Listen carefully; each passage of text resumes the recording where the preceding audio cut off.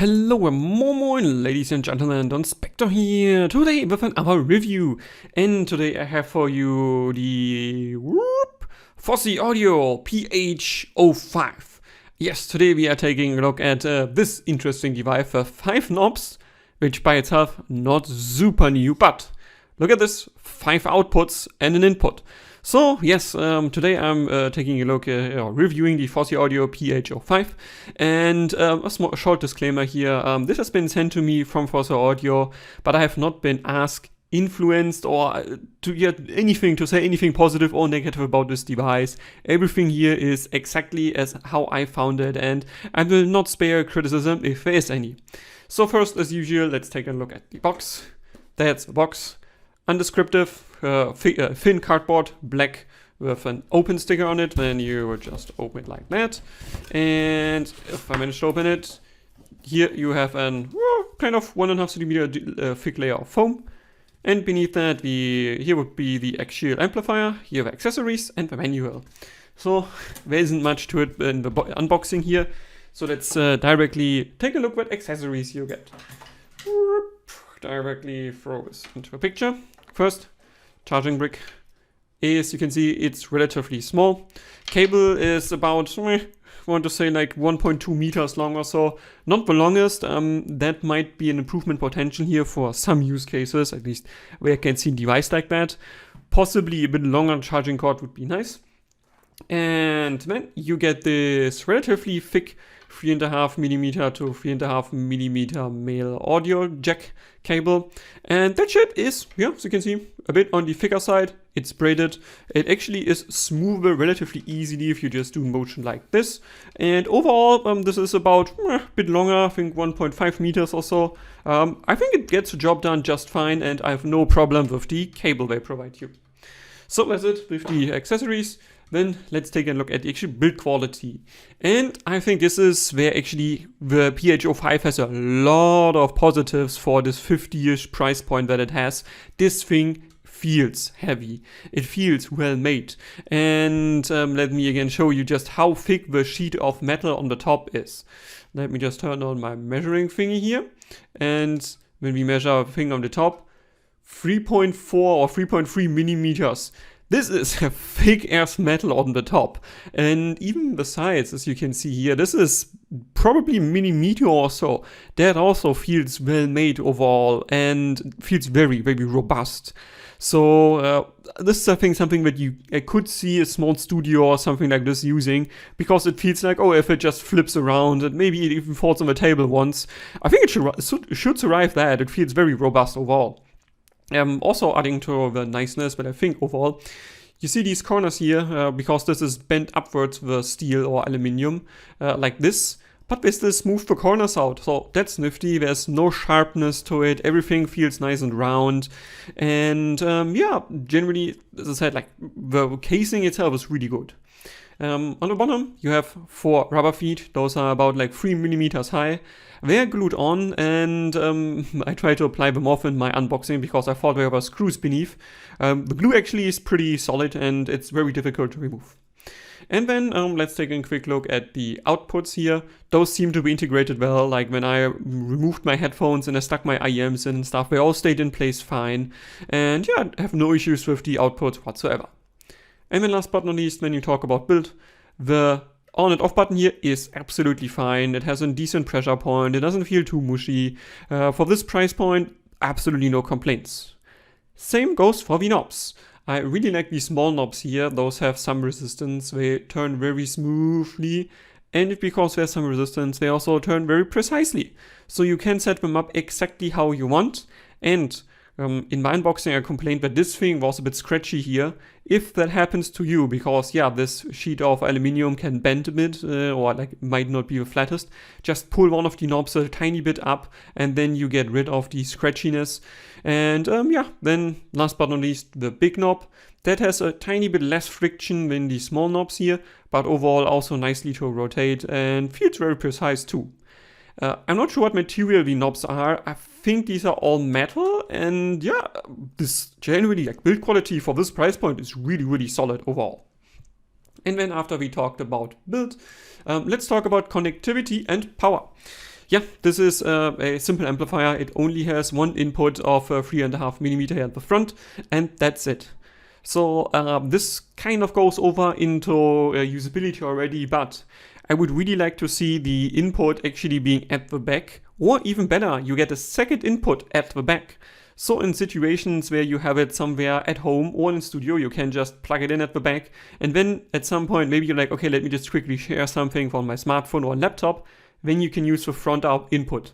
So I would really like to see a second input at the back. Maybe it could also be RCA or something else, doesn't matter, but give it a second input please, that would be really nice. Yeah, so that's it about connectivity, right? You can only connect in one input, and then you have the 5 headphone outputs here at the front. And what else? Oh yeah, power. So this thing is rated for 310 milliwatts at 32 ohms on all outputs at the same time. And I plugged in, like, I didn't use all 5 ports, I have to admit. In the end, I just used like 3 or 4, I don't quite remember. Just plugged a few devices in, adjusted them to a level where I thought they sounded right to me, and yeah, then tested if all of those sounded okay. And yeah, my Sandara, my Elysia, and I also plugged my DIY headphone in.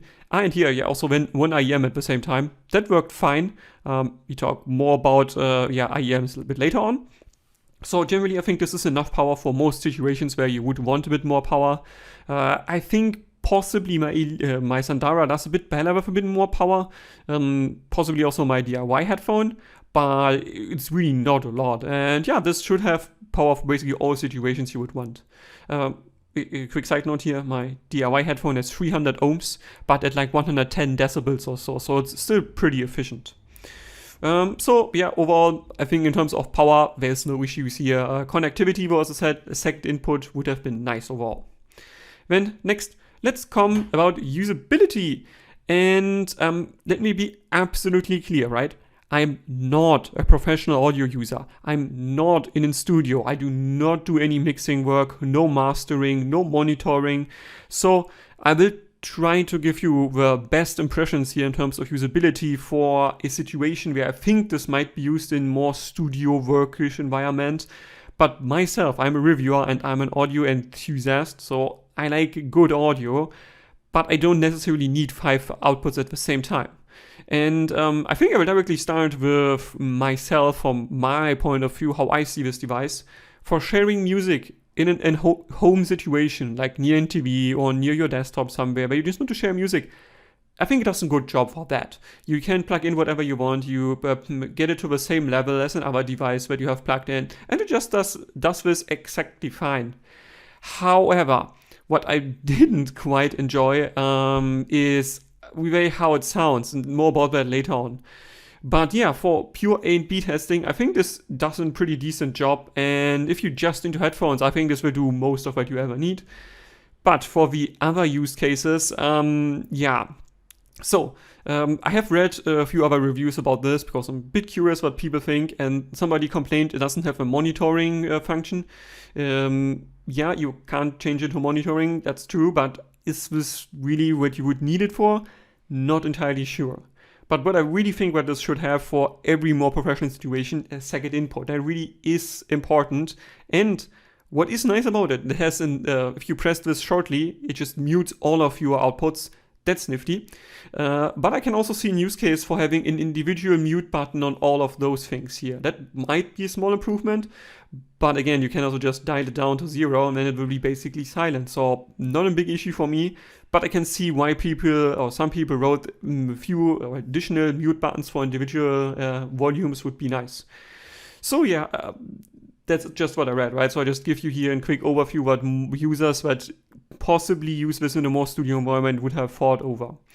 But overall, in terms of usability, honestly, this is totally fine device for what it's supposed to do. And yeah, I can also see this being in use in a studio somewhere in a small recording where you're like, hey, me with my buddies, you have a small band and we did some mixing mastering. We just want to listen to how it sounds. I think it would do a decent job in that. Oh, a quick intersection. One thing I forgot actually when I talked about usability before. There's a small logic issue. I'm not sure if you can see it on the video so well, but this knob is aligned with the input. And the other knobs are aligned with these. But you see that that's one more So there is one that is kind of in between here. And that means generally it is actually a bit difficult if you just want to plug something in to find these things just intuitively. And I have read also one review, and I would absolutely echo the same, at least in the time I've been using it. I can tell you, I sometimes plugged it into the wrong output and I was like, why am I not hearing as I supposed to? And then I just checked again and checked the alignment and I was like, okay, it's not the exact right thing. Color coding would be really nice for these. Make these 5 different colors, make the outputs 5 different colors. Super easy. You just look at the knob color here and there and you will just be like, okay, I know where this is working for. At the moment, it can be a bit confusing, but it's just a small nitpick here. It generally does work for the use case that it's supposed to. It does work fine. Software. There ain't no software. This is just an amplifier. So this chapter, very short. And now we come, I think, to my biggest gripe with this device, sound. So I'm not entirely sure how to tackle this because I'm not an super audiophile dude who's like, hey, I need a €1,000 amplifier for it to sound well. I think that's mostly bullshit, scientifically speaking, because if you look at the measurements of most of those devices, they ain't measuring different than much cheaper devices. Some of the harmonics might be a bit different, and yeah, signal-noise ratio might be a tiny bit better. Sometimes also worse when you get like more of a tube area or so. But yeah, I'm not a snob in that. I can live with the Apple dongle without any issue. It sounds just fine. The problem with this is, first, the noise floor. You can't use IEMs with it. Like, if you listen to a bit more quiet passages, it doesn't need to be that silent, just a bit more quiet. All of these outputs have noise with IEMs. Like, it doesn't matter what you plug in. It could be something that, like the S12 or other planar IEMs that take a bit more power, you still have a noise floor. Single dynamic driver IEMs, noise floor. It gets even worse if you go to hybrid or tribrid situations, even worse. Like there's a noise floor here that's very audible, and I can not see myself using this for IEMs. In a second iteration, I really would recommend Fossio Audio to reduce the noise floor of this. It is listed, I think, with 25 microvolts of noise floor. Whatever that means, it's too high. Like, this is, a bit of noise is okay with IEMs, but this is too much. Like, I just can't use it. Whenever I listen to some more jazz or fusion jazz, and there's a quiet passage, I hear, and I'm like, oh, yeah, this would be improvable. So yeah, that ain't too great. And then the other issue I have, the Apple dongle, for its $9 glory, it just sounds quite a bit better. I'm sorry to say this, but this is why I see somebody who measured his headphones. Take a look at the measurement of harmonics. There's definitely something wrong with this in the harmonic department. This goes into an area that's absolutely audible, but there's harmonic distortion here. With my Elysia that has not a lot of ohms and is pretty efficient, I can hear harmonic distortion. It is somewhere in the treble, definitely noticeable to me, and it comes off as grainy. Like really, I don't like the sound of this at all. And even on my DIY headphone that generally comes off as softer, a bit more relaxed in the treble, it also came off as grainy. Like there's something going on here that I think this would be improvable as well with a second iteration. But it's not horrible. Again, there are absolutely devices out there that measure and sound worse than this. I just want to say, if you are used to what I'm usually using, like Apple dongle for IEMs a few times, or then at the moment we're topping D53 at A53 as my stack. Yeah, I've had the topping from this side of my desk to this, and I was like, oh boy, this is quite a bit worse. And then I took the Apple dongle and I was still like, the Apple dongle is still better. So in that regard, I really don't think this is too great sounding, but it does all right overall. Like, it doesn't sound absolutely catastrophic. Just want to say there's some harmonics going on here that make it a bit grainy overall. And that brings me now to the conclusion. So, an active splitter like this one comes with 5 different volume knobs that feels well made and really like a solid piece of machinery that you can use in a really, I want to say, a semi-professional environment without any issue. I can see use cases where this is useful, where's this useful for, and where it might sound good for, where you might really be like, okay, I need to share some sound. However, for me, in my personal opinion, for my private use cases in reviewer and A/B testing, it just doesn't sound good enough for that to me.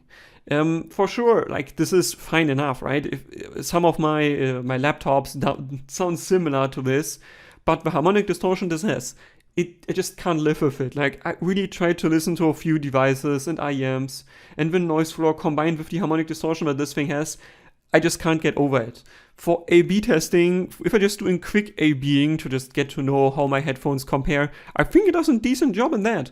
But if I listen to the details and when I again notice the distortion, I'm like, whew, there would be improvement potential here.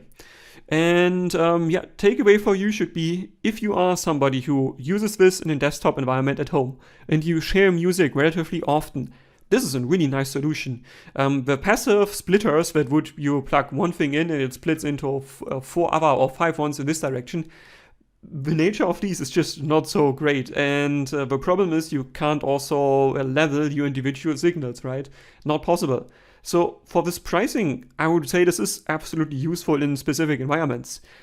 But if you are like me and you just think, okay, I want to A/B, yeah, I think this is not the best solution that you might want to get there, because it just, yeah, the sound is just not good enough for that. And yeah, the alternatives I see to this one would actually be just plugging one thing in, plugging the next thing in, plugging one thing out, one thing in, and continue until you have your comparison. Yeah, but that's, of course, depends on how often you do that. Like, maybe if you are into real ABX testing, this could be useful to you, because you can level all of these to exactly the same noise or to exactly the same loudness, and when you just A/B it and give it a real comparison, is better than definitely plugging it in and out. But for myself, as I said, I don't have such a good use case for this. And yeah, that's it. That's my review about the Fossio Audio PH05. Hope you enjoyed it, and hope you found it useful. If I forgot anything, if there's any criticisms at my review, if there's improvement suggestions or recommendations for other devices or anything, yeah, please leave a comment. And with this, Donspektor